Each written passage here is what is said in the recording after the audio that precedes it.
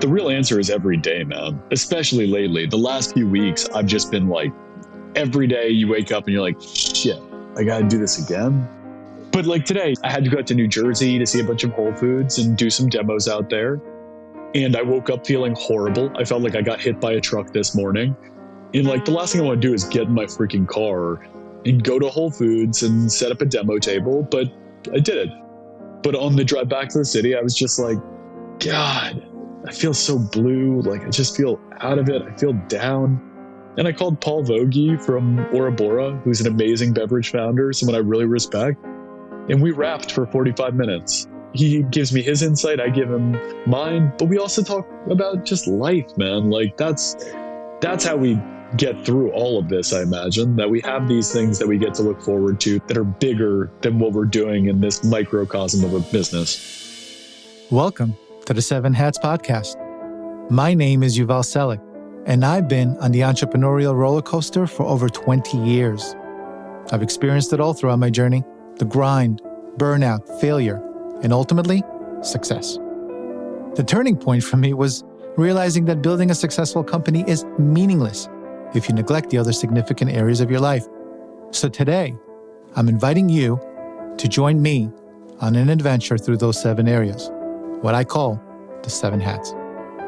Every week, my guests and I will drop valuable insights and pearls of wisdom, helping, motivating, and inspiring you to get your 7 hats in order and deliver real impact with meaning. So let's get going.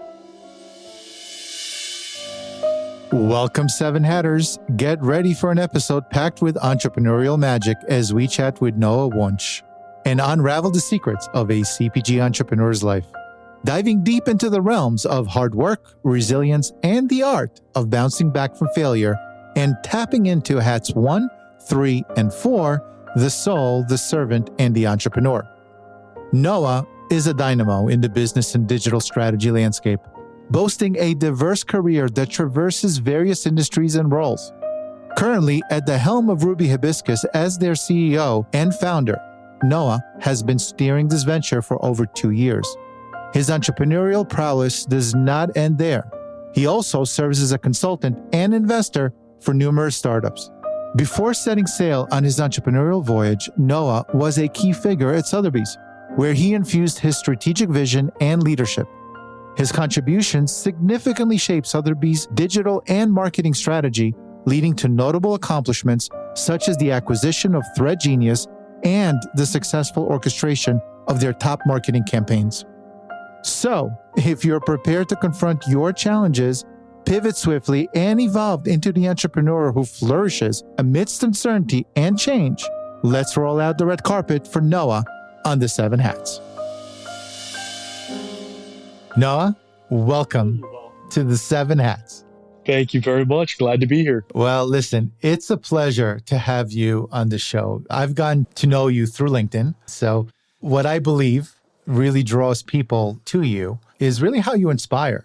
You're up and coming entrepreneur, and you do really well in your conversations and your posts, which I think inspires others as well.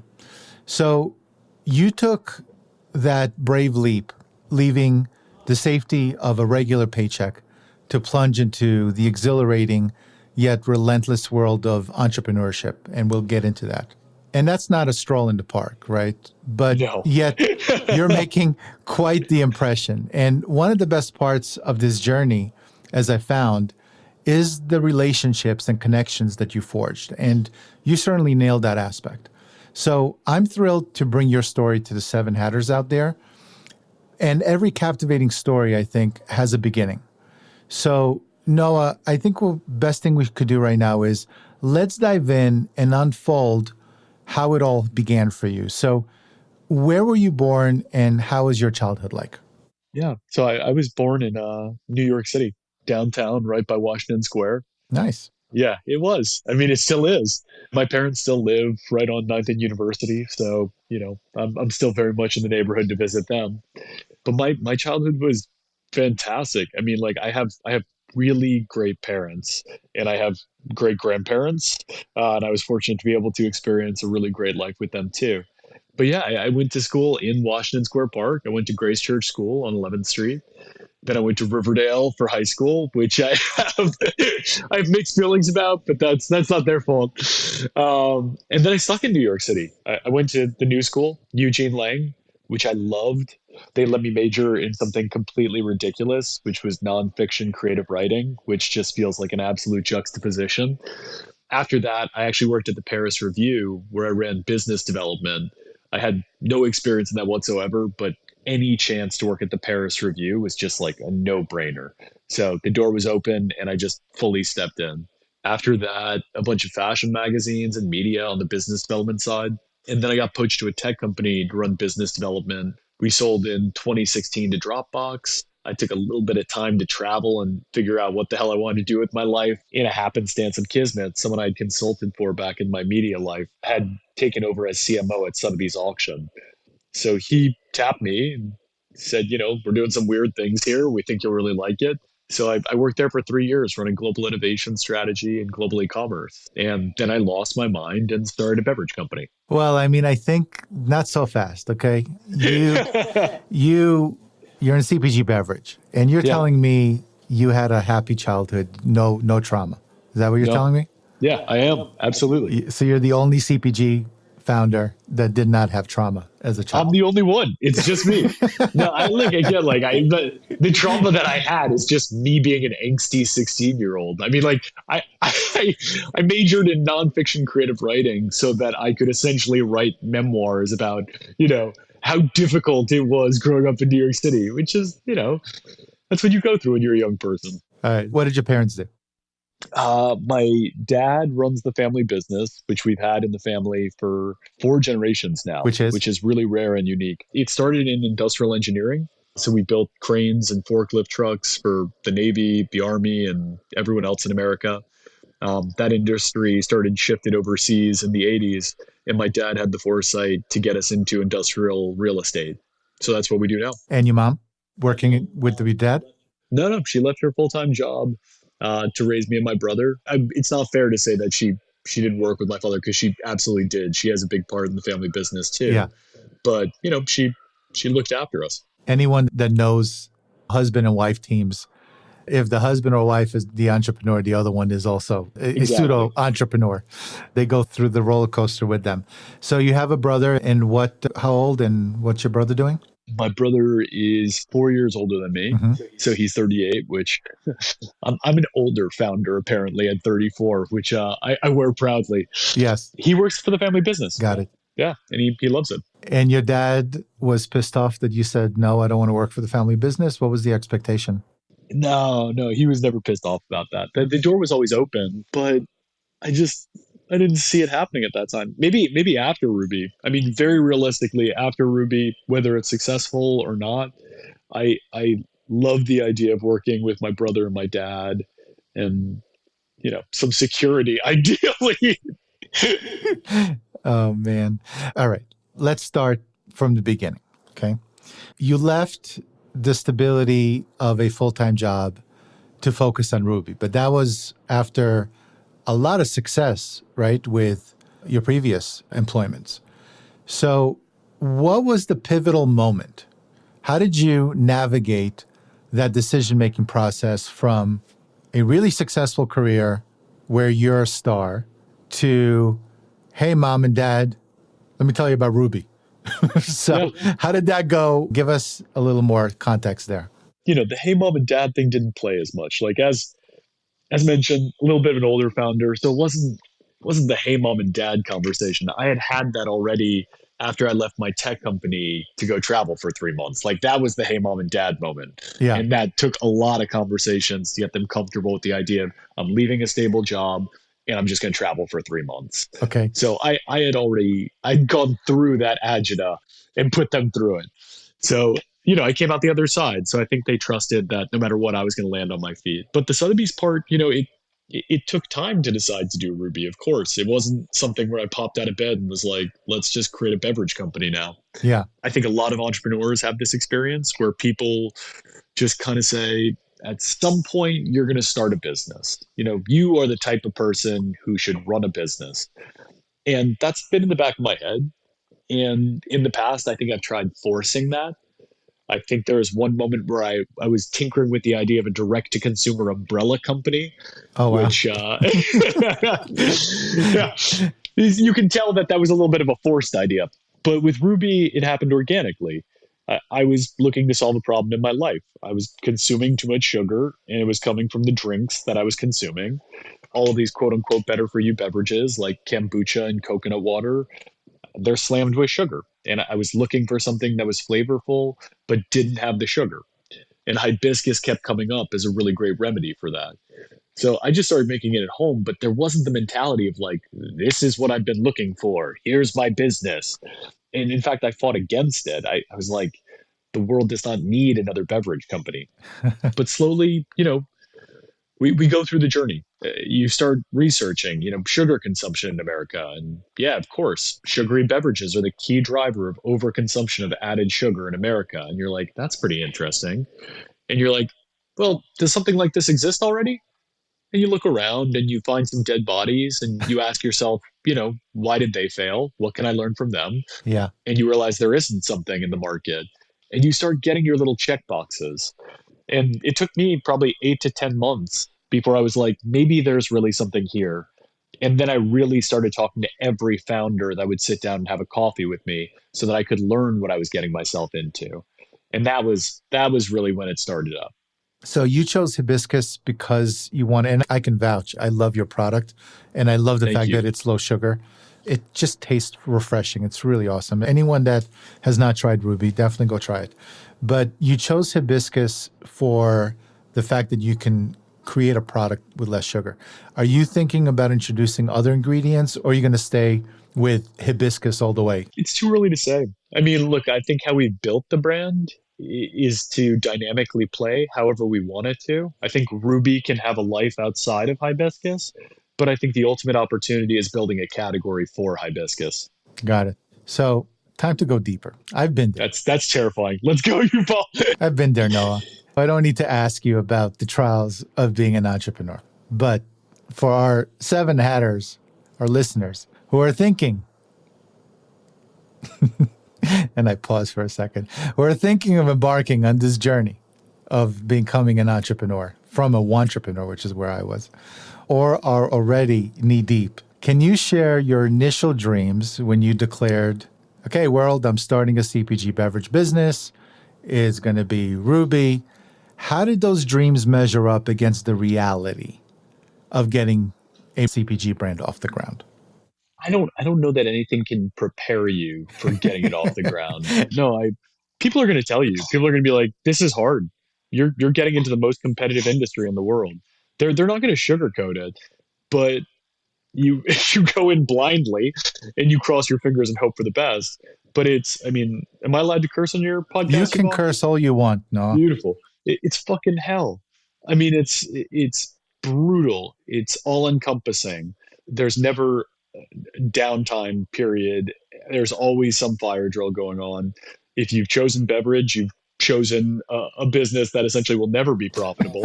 So it's hell. It's absolute hell. And I had people who really did try to warn me that it would be, but you again, I have done this also with other entrepreneurs. I've been like, run the other direction, guys. Like this ain't a party, and they still do it. You have to. I mean, hopefully you don't have to, but if you're psychotic like me, you have to, and you just need to find out. Do you have a vision for Ruby? What's the roadmap look like if it's so difficult right now? Are you ready for the additional hurdles that come from taking shelf space from these mega companies that have a lot of money to market with? Yeah. There's the Tyson quote where it's everyone's got a plan until they get punched in the face. Oh yeah, for sure. Yeah, and that's what this is. Like I'm going to see this through, period, because that's who I am, and because we got to see what's on the other side either way, period. I can't say that there's a full fledged plan. There's a vision, and there's a belief, and there's the idea of what could be success if we achieve that vision. But the idea, my first year when I first launched, I had Whole Foods pre-launch, and I remember, it was April, and I was like, "Well, what's next, baby? Time to go get Wegmans." And then you realize real quick, it's like, nope, review cycle. Congratulations, your revenue planner is fucked. Like you need to find a way of scheduling 12 months in advance in this industry. For sure. And yeah, and if you don't land that target, you got punched in the face and you need to create a new plan. Did you bootstrap or did you raise funds? What did it look like? I bootstrapped up through launch. I had raised around prior to launch, and I let my investors know that I wasn't going to touch it until we did launch. Uh-huh. So yeah, we only work with angels and strategics, and we have a great group of investors. Are you looking to raise more funds? Are you on that rat trap of continuing to raise funds, or are you looking to get profitable and continue on bootstrapping it? Even if we were getting too profitable, we'd still need to raise. The thing about profitability in beverage, and you know this, Yuval, is the POs get bigger not only from your retailer but from your co-packer too. Yeah. So you can take on a ton of debt if you want, but arbitraging that risk with having investors who do want obviously upside of a great business is probably an easier way of sleeping at night. But yeah, the rat race goes on. I don't know a single founder that's never not raising at any given point, even if they don't have a round open. There was a very smart founder I spoke to who he's just like, I always have a note open, period, opportunistically. Wow. That's crazy. At the end of the day, you need way more money than you think you do. I mean, a lot of founders tell me what they're raising, and I'm just like, please 3x it, because otherwise you're not going to be able to spend enough time focusing on the business. You're going to be too stressed about where the next check is coming from. It's so difficult in this space. So, done a little research on you, and you got some good quotes out there in the. I give good quote. You give good quote. Yeah, you give good quote. So, in the Rubyverse, you say, disrupt from within. Right? And that seems a little fascinating to me, and I didn't know what you were talking about. So, can you delve into what that means for you? Honestly, out of context, I have no idea what I mean by that. No, I assume I mean disrupt within the industry. And that's like what we try to bring with Ruby to our tactics is just there's a very traditional, clear playbook in CPG. And we look at it and we look at the different tactics we can take, especially with field marketing, as you know, Yuval. Of course. And we just push a little bit.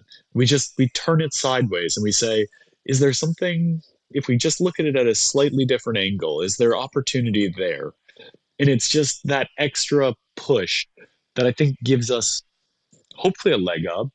I do say that we can make $1 look like $10 better than most brands. Yes, you do. So I think that's probably what I meant from disrupting from within, but who knows? And even your website, it's kind of cool. It's very techy. It's not CPG-ish, which I love. It's very marketing, Madison Avenue type of site. So very cool. The thing about, and you alluded to getting kicked in the nuts 50 times a day and having to get up. There's some powerful insights about embracing the challenging odds of entrepreneurship. Because I'm not going to let you off that easy. Can you take us back to one or more particular moments where you really felt the odds? Tell me a little bit about that. Yeah. Look, I mean, the real answer is every day, man. Like, especially lately, the last few weeks, I've just been like, every day you wake up and you're like, shit, I got to do this again. And how I deal with that is I talk to people. Like, I'm very open about it. And that's how I constructively kind of problem solve, not problem challenge. That's what I'm going through. But like today, I had to go out to New Jersey to see a bunch of Whole Foods and do some demos out there. And I woke up feeling horrible. I felt like I got hit by a truck this morning. And like the last thing I want to do is get in my freaking car and go to Whole Foods and set up a demo table. But I did it. But on the drive back to the city, I was just like, God, I feel so blue. Like I just feel out of it. I feel down. And I called Paul Vogie from Orabora, who's an amazing beverage founder, someone I really respect. And we rapped for 45 minutes. And he gives me his insight, I give him mine, but we also talk about just life, man. Like that's how we get through all of this, I imagine, that we have these things that we get to look forward to that are bigger than what we're doing in this microcosm of a business.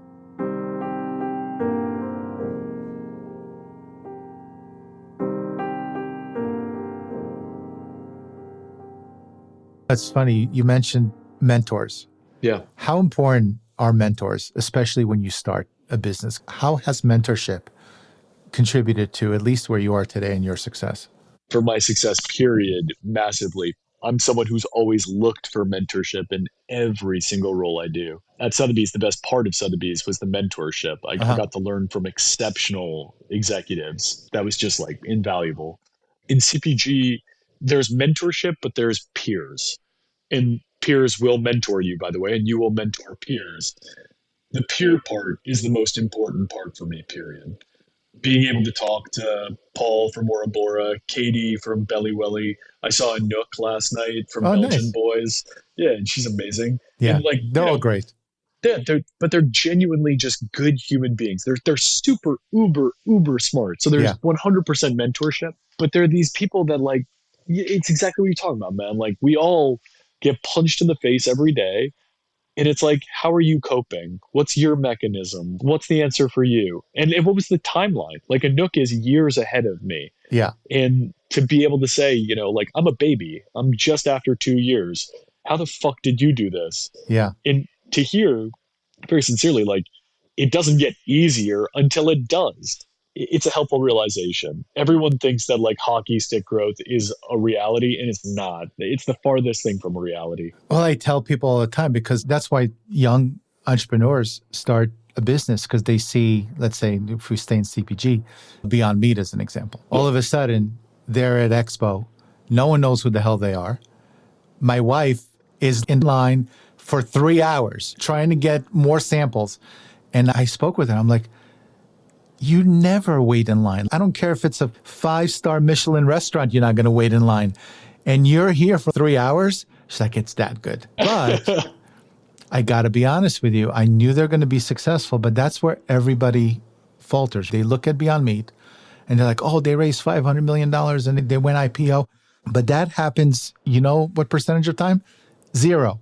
Yeah. Everyone else struggles. And at every point, you mentioned too, it's difficult until it isn't. It's just different problems that we face on a daily basis. All right. So moving on in terms of your routine, is there a certain habit that you believe significantly contributed to your current success right now? I think the few off the top of my head are talking to people, period. Uh, I'm someone that learns conversationally. So again, like going back to that example with Sotheby's, where I was like, okay, here's the idea. Uh-huh. I just started cold emailing, Sandro from Sanzo and Tommy from Sound Teas. And these were people I didn't know who were good enough to lend me their time and talk to me about this business. And I learned a ton from that. Network effects is really important to me. Otherwise, reading. Oh, Reading wow. mellows me out. Nice. Yeah. And I'm an obsessive reader. So that's, I'm constantly learning, but I love speculative fiction. It helps me think about bigger things beyond the real world. So I would say reading and just network effects. That's awesome. Those are two main ones. I think networking is huge for me too. And I think it's important if any entrepreneur out there, especially founders and CEOs, if they're going to get away without networking, they're really in the wrong mindset. So if you can travel back, what sage advice would you give yourself? Two answers. The first one I don't think you're going to accept, which is fun. The first one is don't do this. Like Yeah. just don't. It's just don't do this. And I mean that. Like if I had a time machine, I wouldn't do this again. But realistic, like if I'm doing this, if that's the like we live in that world, I would probably tell myself to take it really slowly. When you say really slowly, in what sense? Start in your backyard, figure out if there is a way to do this profitably, or if there's a way to at least improve EBITDA from the Mhm. get-go. Going big from the get-go, yeah, it's sexy, it's appealing. You get to post on LinkedIn and on Instagram, and everyone, gives you the claps. But my belief, and I said this from the get-go, but it's hard to listen to, is brand penetration is based on survival. You can't buy brand penetration. You can No. try, but it's going to cost you way more money than you're going to be able to raise for the most part. Coca-Cola buys brand penetration. You can't. And Coca-Cola bought infrastructure. I mean, Coca-Cola is a brand that's been around for 100 years and has shaped how CPG actually works now. So they're not, brand penetration is probably the smallest thing they buy. They own distribution in the world, and True. rightfully so, because they're a legacy business. But I think that a lot of companies are just like, look, you said it, like it's a 2 to 3 year time horizon. No, no, no, no. Like it's 5 to 7 when you start to experience success. Start to. Yep, absolutely. I know we're short on time. Let me just finalize a couple of things because I want to move from the CPG startup world to a couple of topics that I think are very important to the Seven Hatters. One is hat number one, which is self-love, balance, mindset. And hat number three is relationship with others. So in this stressful world of yours, how do you maintain balance? How do you get that mindset to a point where you're taking care of yourself? I don't know if I have the answer on that. Like I'm working on that part in a bigger way. So what are your challenges? I mean, my challenges are that I don't have the answer for myself. I don't know. Like, this is an example I've been bringing up lately is I spoke to a very successful founder, someone who I would aspire for Ruby to be a business like the one he has. Uh-huh. And I got on the phone with him and I was asking for advice. And how I meant it was like, I need tactical advice. Like, how do I execute sales? How do I grow thoughtfully, etc.? And he was just like, enjoy this. Yeah, Like, not everyone gets to start their own business. true. This is a huge privilege. Like, you thought about something and then you created it, and people are allowing you to do that. And rationally, I can accept that, but emotionally, I'm struggling to find the joy in it. So that's a journey that I'm on right now. I can tell you, like, very sincerely, like I'm starting to run in the mornings, and that's helping and clearing my head. But I don't have the answer right now, and that's something I'm really working on right now. Well, when you have the answer, you'll come back and tell us. How's I'm that? down. What about relationships? Any advice on relationships as an entrepreneur? Because that's usually the tough one as well. Like usually it's financial and the stress of the business, but I haven't met one entrepreneur who didn't have issues with relationships. Any advice there? I can tell you how I deal with it, Uh-huh. and it works for me. And that's the most important thing is finding out how it works for you. Of course. For me, I have to communicate. Like, uh, I talked to my family this week. I talked to my wife today, and I tell them, I'm like, I'm in a fucked up way. Like, I feel down. I feel blue. I feel like I'm just getting punched in the head left and right. And we talk it out. And sometimes that gives me answers. Sometimes it just helps for me to verbalize it. But I really need to talk about these things. That's how I deal with it. But yeah, like I've got friends though who are founders, and I talked with one. And I remember this conversation clearly. We had a meal, and she was like, "I don't know, man. Like I'm just friends with founders now. Like my other friends don't get it." And I know what she means. Like I most likely come off as a real mope a lot of the time. Like seriously, like here I am just complaining, oh man, my business, I get to start a business and it's so hard. But legit, you don't know what it's like unless you do it. And that can cause conflict with relationships because a lot of people are like, why aren't you enjoying this? And you're like, I'm just not breaking through to you. Yeah. So I think you know, choose your people. They're friends that are close of yours, like, and they're not getting it. Don't try to bang it over the head. Their friendship means something different for you, and recognize that. But for me, yeah, like I verbalize it with everyone close to me, and I find out who can handle it, and I find out what their limits are. Because What I the think limit? one I pushed it this week, and they were like, "Okay, man, you're just whining," and I was like, fair enough. Yeah, you're bumming me out. I think communication is key, and over communication is better than under communication. I've been with my wife now 20 years already, since 2004 when I met her, and we started business right away. So we've been through hell and back in so many Yeah. ways. Did you get the support that you needed from your wife? Oh yeah. Yeah. Like I mean, I won the lottery on that side. Uh, my wife is the greatest person in the world. Period. Yeah. So I feel very comfortable, telling her everything I'm going through, and hope she does too for me, and I think she does. But yeah, aspirationally, like I remember at Sotheby's, David, who was the CMO who hired me. I remember we'd be in all these meetings and we'd be meeting all these fascinating people. And David's a really smart guy, but at the end of the meeting, he'd be like, listen, I know I'm great. Like, I know I'm great. And it's great that you're meeting with me, but you know who you really need to meet is my wife. Like, she is awesome. And that set a framework for me of like, all right, I need to find a relationship where I feel that way about the person I spend my life with. And I fully did. Yeah. When you don't get support, everything you spoke about, the shitty side of entrepreneurship and how difficult it is magnified about 10x. Yeah. So having that support at least makes it bearable in some way and allows you to keep going. And I, like you, my wife is an angel. Yeah. So we're at the end, and I have one question to close out my segment. And the question is, who did you have to stop being, and who did you need to become to manifest your current success? The thing I deal with a lot is the idea of ambition versus priorities. Yes. And I think that when I started Ruby, my ambition was leading the charge, not my priorities. And I think that the ability to even define that and to recognize that those two things, those two lanes are separate. They might fork, they might intertwine, but they are really separate for the most part, in just making sure that you have the buckets really clear on what sits where. So I don't know if that was exactly an answer to your question, Yuval, but that's a big focus for me because again, it's a different definition of success, which aligns more with my priorities now than my ambition. I love it. Where can we find you? Where all the seven hatters are like, I want to try some Ruby. I got to speak with Noah. There are probably thousands of people listening that are going to say, man, this shit's hard. You got to write him a love card. Where could they write you some support cards, Noah? Love letters would be welcome, especially, or support cards rather. No love letters. No please. love letters. No, let's scratch love letters. Support cards. Easiest place is DM me at Ruby for Fun on Instagram, or you can find me on LinkedIn at Noah Wunsch. You can find Ruby in a lot of places. You can find it on Amazon. You can find it on ruby.fun, F-U-N. You can find it on Fresh Direct, Thrive Market, at your local Whole Foods, Earth Fare, Fresh Time, Central Market, lots of places, Erewhon, Lassen's.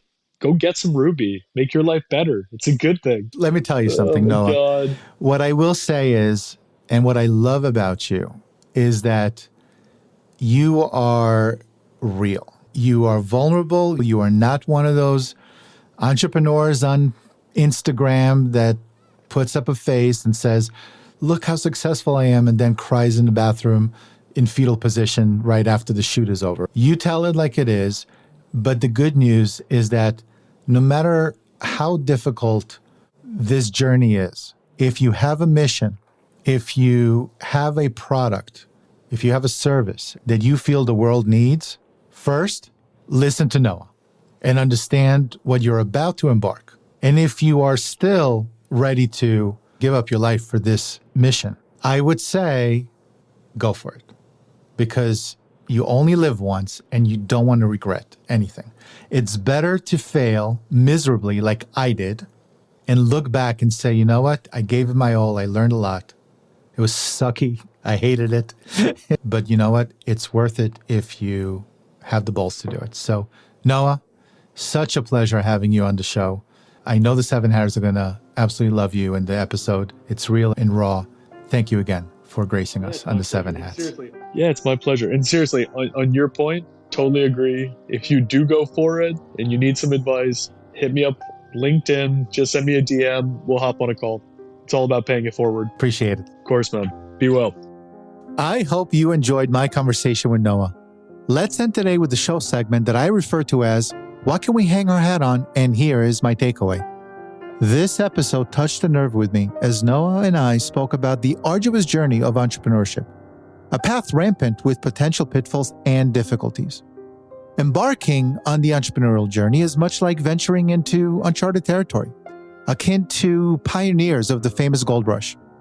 The common thread here is the element of risk-taking. Starting a business is not a venture for the faint of heart. It demands a willingness to take significant financial and personal risks. In the world of entrepreneurship, success is not always guaranteed. It's a realm where failure is a possibility and sometimes a recurring visitor.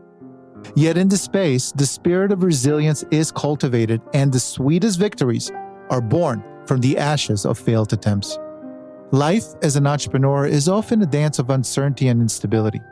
The ground beneath you can feel shaky, especially in the early stages. But rather than letting this unsteadiness topple you, it's essential to use it as a motivation to build an adaptable and resilient foundation. Remember, It's not about avoiding the storm, but learning to dance in the rain. I'll say it again. It's not about avoiding the storm, but learning to dance in the rain. With entrepreneurship comes personal sacrifices. The quest for success often translates into long hours and compromised work-life balance. It's important to remember that while the journey to success may be important, relationships and personal health also sustain us. In our pursuit of success, we must not lose ourselves. The entrepreneurial journey represents a steep learning curve. It involves acquiring new skills, dealing with the unknowns, and most importantly, learning from failures. This education isn't always easy, but it's crucial to growth. Don't shy away from these learning moments. They are the stepping stones to success. Finally, amid these challenges, mental health can often take a backseat. When combined with risk, uncertainty, sacrifice, and the constant need for learning, the pressures of running a business can take a toll. It's crucial to recognize these struggles and prioritize self-care. After all, you're one of the most valuable assets in your business. So, to all entrepreneurs, remember this. Your journey is as unique as your destination, and every challenge that you face is an opportunity for growth. So stay mindful, stay courageous, and most importantly, take care of yourself on the journey. Because when the journey is tough, you know what they say, the tough get going. I want to thank Noah once again for joining me so that we can all benefit from his wisdom. And until next time, if you found this episode helpful, please hit that subscribe button and tell other entrepreneurs out there what value you received from it so that we can attract even more high-quality people into our 7 Hats community. So for now, I will bid you farewell and success on your journey. And until next time, my name is Yuval Selik, and I tip my hat to you.